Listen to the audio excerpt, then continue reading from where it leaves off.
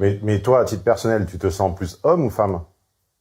Non, je me sens plus femme quand même. T'es sûr? Bah oui, je suis une femme débrouillarde, ce qui est pas trop F. Vous n'êtes pas un homme. Ah pardon. non, je sais pas ce qui vous fait dire que je suis un homme, mais je ne suis pas un homme. Votre apparence? Ah bon? Ah bah il faut pas confondre identité de genre et expression de genre, sinon on va déjà mal partir. Mais toi, donc tu m'as dit quoi? 64, 36.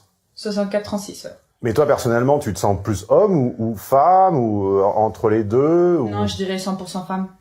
100%, c'est pas possible. Si, 100% F, ouais, je dirais ça. Et qu'est-ce qui te permet d'affirmer que t'es une femme?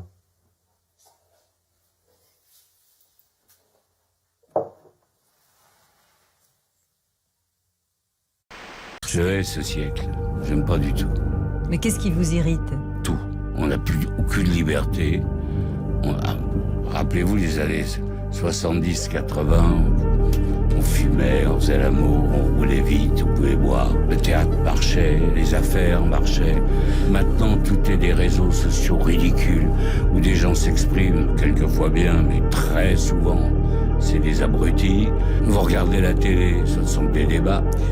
Alors qu'est-ce que va dire le président de la République? 8 émissions. Une fois qu'il a parlé, qu'est-ce qu'il a dit? On répète ce qu'il vient de dire. Ils nous prennent pour des cons, quoi. On peut plus rouler vite. Alors qu'avant, on mettait 6 heures pour aller à Marseille. Ce qui me tue, moi, c'est qu'un homme de 90 ans ait encore son permis de conduire.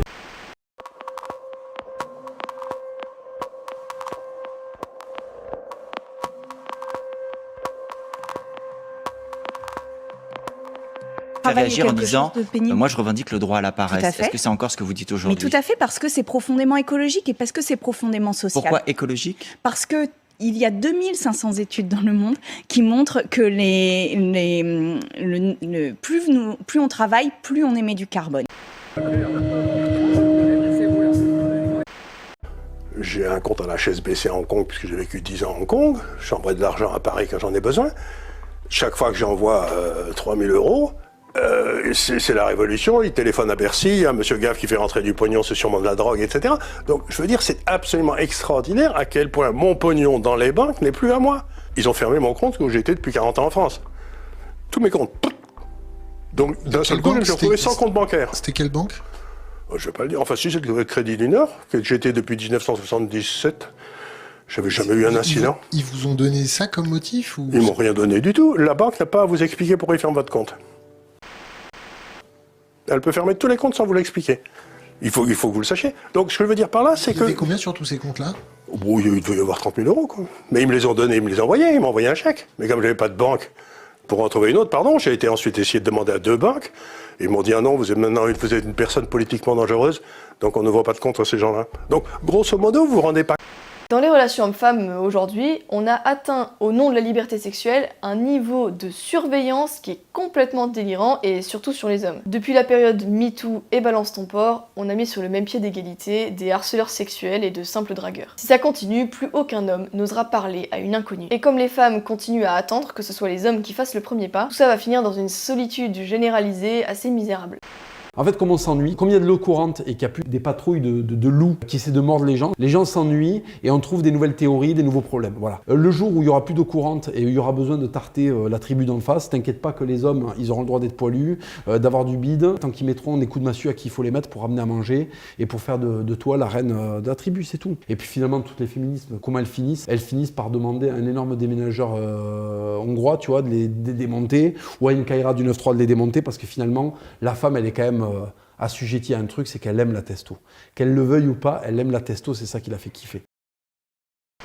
Ensuite apparaît la théorie du genre, dont on parle souvent ici autour de cette table, qui est une question qui m'obsède, mais qui en obsède plusieurs, je crois. Aujourd'hui, elle est très présente dans l'espace public. Comme si on voulait une volonté de déconstruire jusqu'à la dissolution le masculin, le féminin, comme si on voulait le déconstruire, même ça devient un projet politique chez Madame Rousseau, qui souhaite un homme déconstruit. Comment percevez-vous, comme psychologue, cette théorie qui s'est massifiée en l'espace de quelques années et qui pousse à vouloir déconstruire le masculin et le féminin? Alors, je pense que d'abord, cette théorie repose sur une méconnaissance de l'être humain, pour ne pas dire une fake news. C'est-à-dire que les besoins physiologiques, psychologiques et spirituels de l'être humain sont aujourd'hui niés, méconnus, y compris par certains médecins. Autrefois, les médecins faisaient leurs humanités, donc ils avaient une anthropologie. Aujourd'hui, on veut se raconter que tout est possible. Donc à partir du moment où l'être humain a décidé de renégocier les conditions de son existence, c'est Sisyphe.